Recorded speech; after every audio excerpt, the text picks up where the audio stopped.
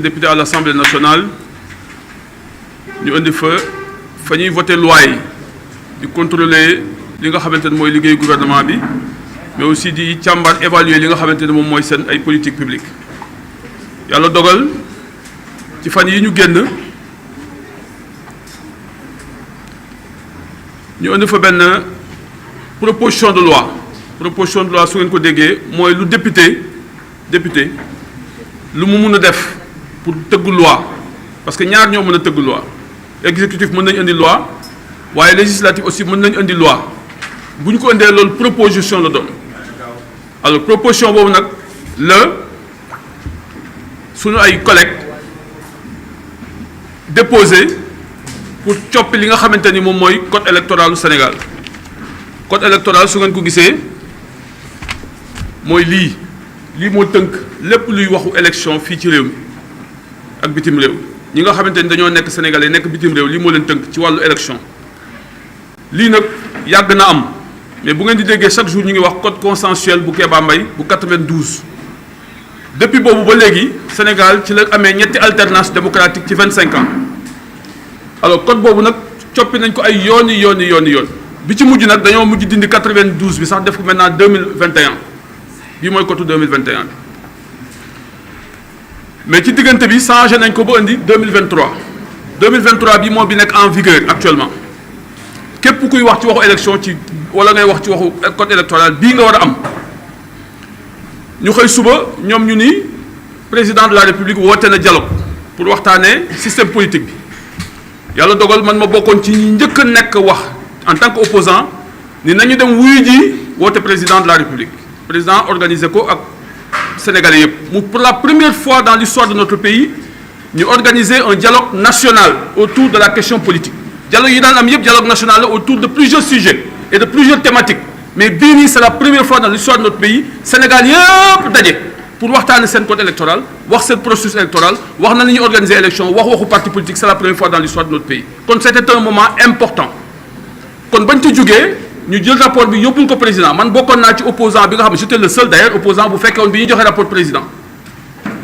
bi ñu ko koy jox ma déglu discours yàlla lañ fa wax yëpp mu engagé woon ni dina mettre en œuvre li nga xam déggoo nañ ko lu ñu déggoowul nag dina ko bàyyi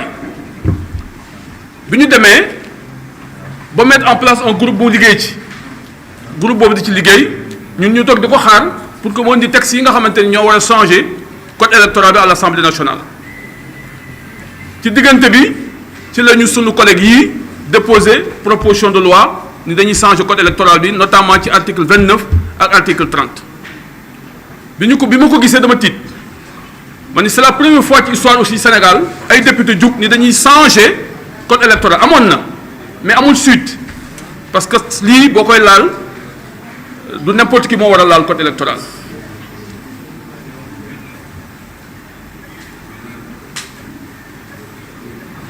alors bi ma gisee proposition de loi bi ma ne attention est-ce que lii moom est-ce que war na parce que code électoral aussi waruñu ko changer noonu surtout que nag articles yi ñun touché mooy L29 ak L30 dafa nekk ay articles yoo xamante ni dafa yàgg indi coow ci réew mi ñoom nag bi ñu ko touché ni dañ koy def bi ñu ñëwee ma ne amul problème de toutes les façons proposition de loi am nañ ci droit bi ma dajeeg ñoom ñi ma ci dajal ne leen mais yéen pourquoi ngeen def ay proposition de loi ci ay code électoral député waru ko changer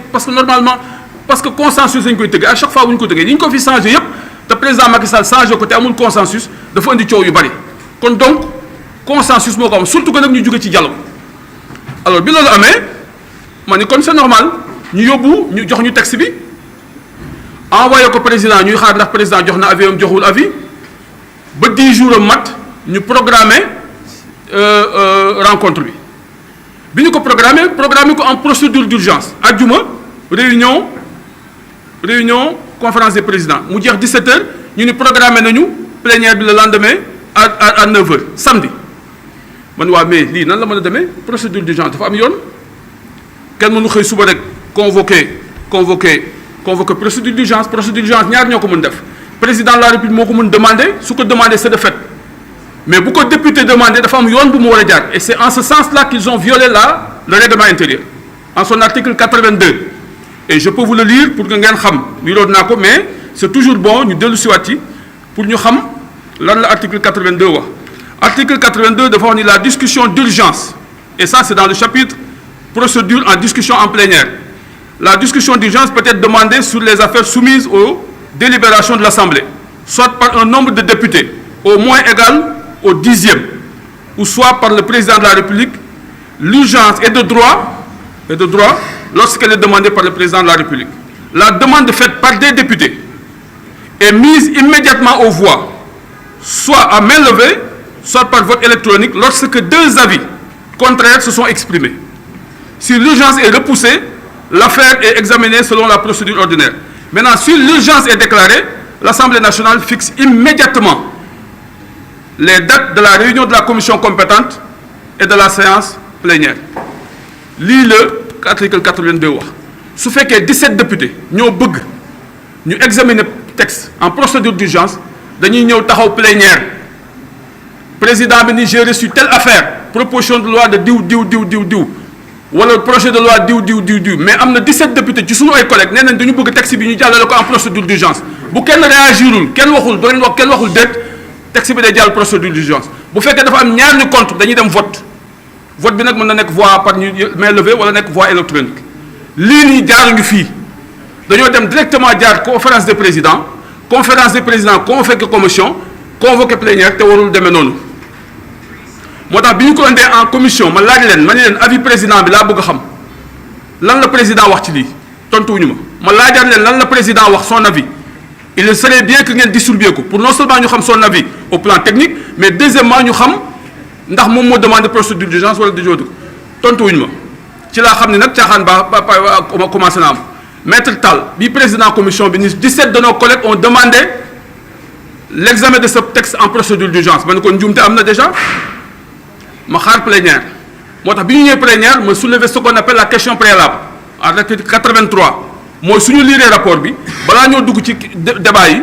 benn député par groupe ou bien un député non inscrit mën na demander ce qu'on appelle la question préalable pour wax ni lii ñuy bëgg a def nii baaxul nañ ko arrêté bu ñu délibéré tey nañ dem yóbbu beneen yoon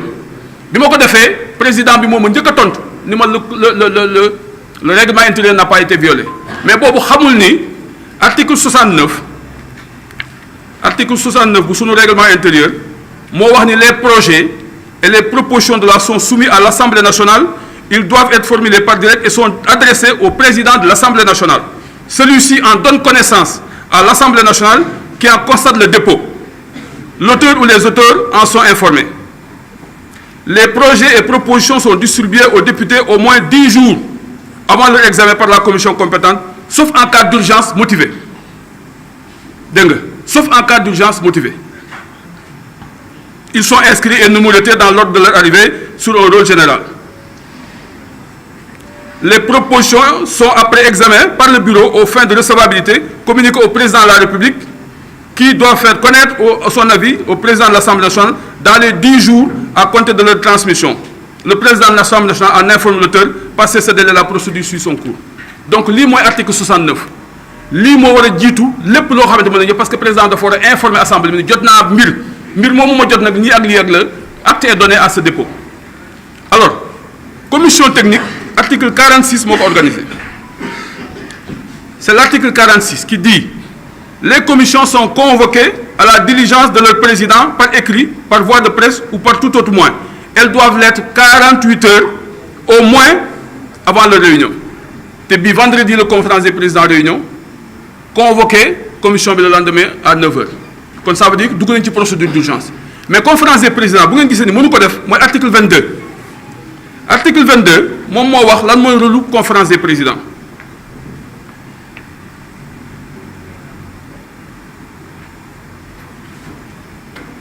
Alors, fii dañ ko wax ni ko mën nga convoquer la conférence des présidents mooy composition bi alors établir l'ordre du jour fixe le calendrier des travaux pour décider de l'organisation des débats conformément aux dispositions de l'article 60 alinéa 4 du président de règlement. Dans ce cas, elle fixe la durée globale de la séance. Bon, ça c'est débat organisé. Les propositions de la conférence des présidents sont affichées. L'Assemblée peut les modifier notamment quant au nombre et au rang des affaires à l'inscription à l'ordre du jour dont l'inscription à l'ordre du jour est proposée. Un système d'affichage à la fois mural, électronique et institué pour l'information des députés. L'ordre du jour réglé par l'Assemblée ne peut plus être modifié que sur une nouvelle proposition de la conférence des présidents, sous réserve des dispositions de l'article 82. Et l'article 82, su ngeen xoolee moom mooy wax sur la procédure d'urgence. Donc conférence des présidents mën na lépp sauf député yi demande de procédure d'urgence ñu dem plénière voté ko décider foofu sur place. En dehors de ça la conférence des présidents mooy programme lépp. Donc lii moom lañu ignoré woon ñoom xamuñu woon lan mooy article 22 xamuñu lan mooy article 46 xamuñu lan mooy article 69 ba pare ñëw directement 82 soo jaaree directement 82 te jaaroo foofu da ngay juum et c'est ça qui les a perdus. Et c'est ça qui a fait qu'ils ont violé le règlement intérieur en ce qui concerne l'examen en procédure d'urgence d'une proposition de loi demandée par 17 de nos collègues. Et c'est ça que j'ai soulevé en question préalable. Ça a été rejeté et c'est ça le début de tous les problèmes. J'aurais aimé avoir un président élégant qui suspend la séance, qui demande à rencontrer les acteurs. On discute du texte. Si Souma Ahmed nous renvoyait l'affaire jusqu'à autre jour. Et ça, il serait sorti, grandi et renforcé sous nos crédibilités assemblée. Mais ils ont fait du forcing. Et c'est ce forcing-là qui a été à l'origine de tous les problèmes. Donc ça, c'est sur la question de la procédure. Pour bien comprendre comment l'Assemblée nationale a violé son règlement intérieur et a biaisé la procédure. Si vous avez un tribunal, la procédure, si vous avez biaisé, il faut changer le. Moi, dans l'affaire de Farba Ngom, dañoo violer la procédure moo tax ko libéré parce que procédure foo ko yàqee rek moo yàq nga liy ci biir voilà donc loolu moom moo indi procédure bi ñu biaisé ko donc bi ñu examiner texte bi ma jël parole ci biir texte bi ci biir débat bi ni leen juum ngeen ci texte bi parce que texte bi non seulement bari na ay fautes bari na ay problèmes mais deuxièmement dafay violer suñu constitution dès lors que dafay violer loi bi dès lors que mu mën a rendre rétroactive la décision bi ñu jël en l'article 2 de cette loi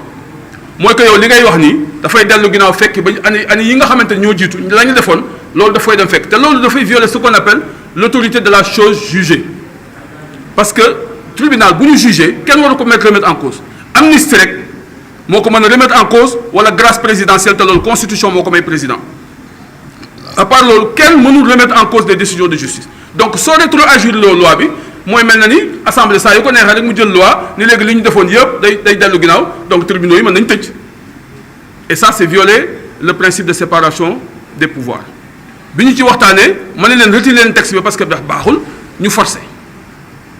ma ne leen yéen a ngi violer encore le code électoral parce que en son article 92 on parle de la faillite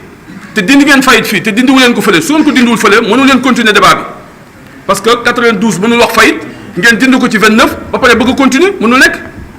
li mooy délit bi